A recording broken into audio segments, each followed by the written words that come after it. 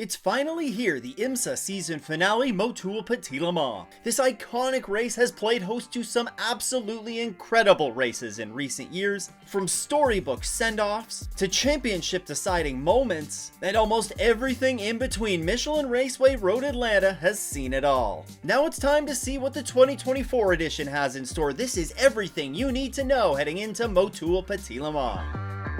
The final race of the season takes us to Braselton, Georgia, about 45 minutes northeast of Atlanta, and to Michelin Raceway Road Atlanta. This track that has become a staple of the Imsa calendar was kind of created by accident. You see, back in 1970, there was a track that was lost to flood damage, and a replacement facility was needed to host a Can-Am race. After being built, the track grew quickly and soon attracted Can-Am, Trans Am, as well as Imsa races. After its rapid growth, the track was sold multiple times and ultimately went bankrupt in 1993. The big turnaround for the facility came when Frank Drendel, Jim Canley, Eddie Edwards, and Bill Waddell came together to purchase the track. They were able to renovate or rebuild many of the structures around the facility, repaved the track surface, and made landscaping improvements. It was a huge change, and it ultimately brought the facility into the eyes of Dr. Don Panos. Don Panos would purchase the facility in November of 1996 and ultimately transform it into the Michelin Raceway Road Atlanta that we know today. He invested millions into the facility, including safety improvements such as gravel runoff areas and concrete barriers. He also went on to transform the paddock and hospitality spaces. And Dr. Panos was also responsible for founding its most iconic race, Petit Le Mans. That first Petit Le Mans was run in October of 1998 as part of Imsa. It would go on to become one of the original races in the American Le Mans series starting in 1999. And from 1998 until 2013, that race would be 1,000 miles or capped at 10 hours in length. Since the Imsa merger in 2014, there's been no distance cap on the race, and it's simply been run as a 10-hour endurance race. Now, Petit Le Mans has without a doubt become a fan favorite on the Imsa calendar and has produced some incredible racing in recent years. The 2.54-mile, 12-turn circuit located in Braselton, Georgia features 125 feet of elevation change. And in this year's race, the final 187 minutes will be after sunset. Alright, so we have a challenging track with lots of elevation change, a race that's going to be partially run under darkness. Oh yeah, it also has some pretty darn good passing opportunities there as well. Look for passing opportunities heading into the heavy braking zones of turn 6 and turn 10, but you also just might see some bolder attempts into turn 3, which is right at the top of the S's. Now, there are a couple of storylines that I'm watching closely this weekend, and it largely surrounds a couple of the newer cars this year on the Imsa grid. Ford, with their new GT3 Mustang, had a well-documented slow start to the season, as between their 3 full season entries, they managed just a single top 5 finish through the first 5 races of the year.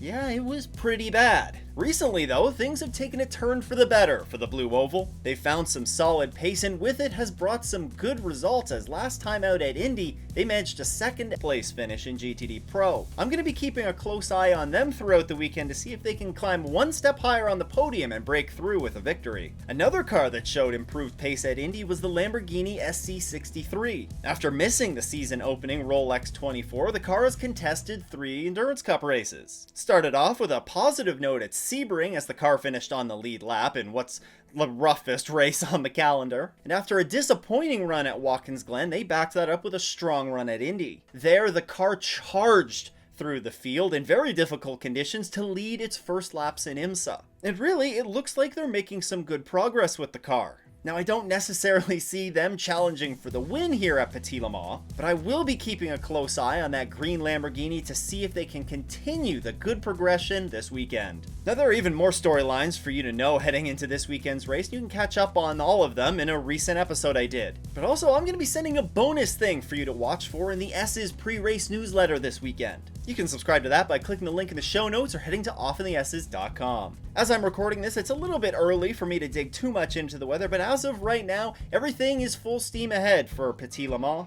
Weather looks clear, not too hot, not too cold, and you can of course keep up to date with the Imsa forecast by following Racecast Weather on Twitter. That's how I keep up with the weather heading into every race weekend. Alright, let's talk about some BOP now, and in the GTP class there are some changes here. Acura will see a 2 kilowatt maximum power power reduction to go along with 2 megajoules of maximum stint energy. BMW sees a slight 5 kilogram weight increase, but a 4 kilowatt power increase as well to go with it, and 9 megajoules of additional stint energy. Cadillac sees a slight power reduction, but also 4 megajoules of maximum stint energy added. Lamborghini sees a very slight power increase and also a maximum stint energy increase of 5 megajoules. And Porsche will see a small 1 kilogram weight increase, a 3 kilowatt reduction in maximum power, and a 1 megajoule maximum stint energy increase. As for the GTP BOP updates, well, there's only a couple of them. Acura sees an additional liter of fuel capacity, but notably here is the increase of power for them in the form of 11.5 horsepower. It'll be interesting to see how that car gets on in what's expected to be its final IMSA race, while the McLaren will also see a 10 kilogram weight increase. This weekend, we will see 54 entries take to the grid, which is the same number as last year. They'll be distributed slightly differently though, as in GTP we'll see 11 entries, an increase of 1. LMP2 sees 10 entries, also an increase of 1. GTD Pro will see 13 cars on the grid, an increase of 5 from last year. And GTD will see 20 entries, an increase of 1 from last year. Last year it was number 60 Meyershank Racing Acura ARX 06 of Tom Blomqvist, Colin Braun, and Helio Castroneves who took the win in GTP, completing 397 laps. In LMP2 was the number 04 CrowdStrike entry of George Kurtz, Ben Hanley, and Nolan Segal, while in GTD Pro it saw the number 79 WeatherTech Racing Mercedes of Denny Hunkadea, Jules Gounon, and Mauro Engel take the win. In GTD, it was the number 78 Forte Racing Lamborghini of Misha Goiberg, Loris Spinelli, and Patrick Liddy who won there. My picks for this weekend, well, in GTP, I'm going with the 01 Cadillac. With the uncertain future of Chip Ganassi Racing as well as their drivers, I think it's going to really provide them some extra motivation in this race, and Cadillac has also been pretty strong here in recent years. So, give me the 01 Cadillac in GTP. In LMP2, give me the number 2 United Autosports entry of Ben Keating, Ben Hanley, and Nico Pino. They've had a bit of a down year by their standards, and they're going to be looking for any sort of momentum to carry through the offseason and into next year. All these drivers know how to win, but give me the number 2 United Autosports. In GTD Pro, give me the number 23 Heart of Racing Aston Martin. I really like the driver switch of Romain DeAngelis joining the full season regulars of Alex Riberas and Ross Gunn. They have nothing to lose. They are going for the win and the win only in this race as they try and steal away the GTD Pro Championship. So give me that 23 Heart of Racing entry. And in GTD, give me the number 45 Wayne Taylor Racing with Andretti Lamborghini. This car has had a bit of an up and down season, but they've very quietly gone about their business and had some solid runs. We know the Lamborghinis were strong here last year, so give me the number 45 in GTD. Let's take a look at the point standings now, presented by P1 Web Development. If you're looking for a custom website, then look no further than P1 Web Development. You can check them out by clicking the first link in the description or heading to p1webdevelopment.com. In GTP, it's the number 7 Porsche Penske Motorsports 963 leading with 2,650 points. That's 124 points ahead of the sister number 6 and 164 points ahead of the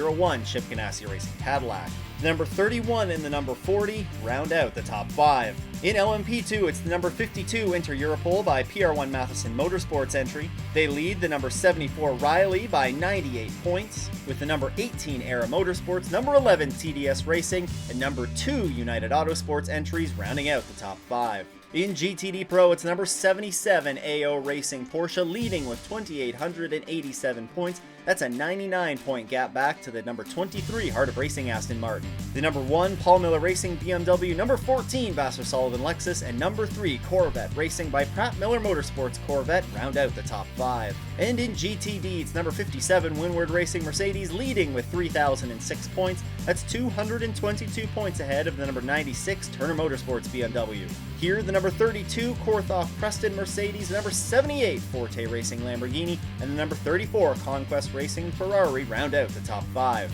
There's also plenty of racing on this weekend, and it all kicks off on Thursday at 1:05 p.m. Eastern Time with Race 1 for the VP Sports Car Challenge. You can catch that on Imsa TV and Peacock.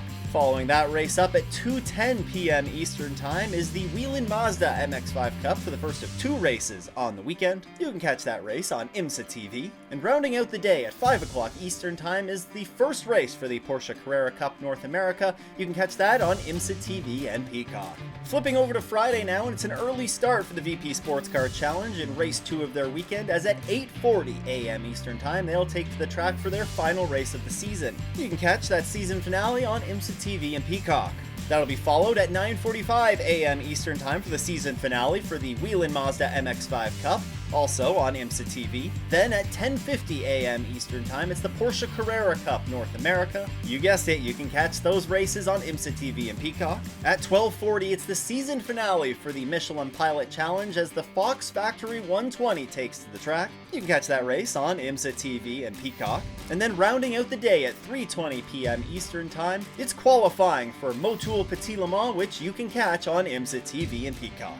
Saturday is race day, and the season finale Motul Petit Le Mans kicks off at noon Eastern Time. You can catch the entire race on Imsa TV, Peacock, and Imsa's YouTube channel, and also catch portions of the race on NBC and USA Network. Also this weekend, I, along with my Four Doors and GT4's co-host Aaron Pfeiffer, will be hosting a little get-together at Road Atlanta. If you're going to be at the track, then make sure to swing by, say hi, and talk some racing. We'll be meeting at the Brian Herta Autosport Haulers in the Imsa Support Paddock on Thursday at 1 o'clock. I hope to see some of you there. We're in for a ton of great racing this weekend, with championships being decided and so many storylines to watch unfold. You can get caught up on 6 of the biggest storylines heading into this year's Petit Le Mans right here. Huge shout out to all the channel supporters. If you too want to support the show, you can head to patreon.com/offtheS's. Click that join button below. Once again though, thanks for tuning in. I hope everyone has a great race weekend and doesn't go off in the S's.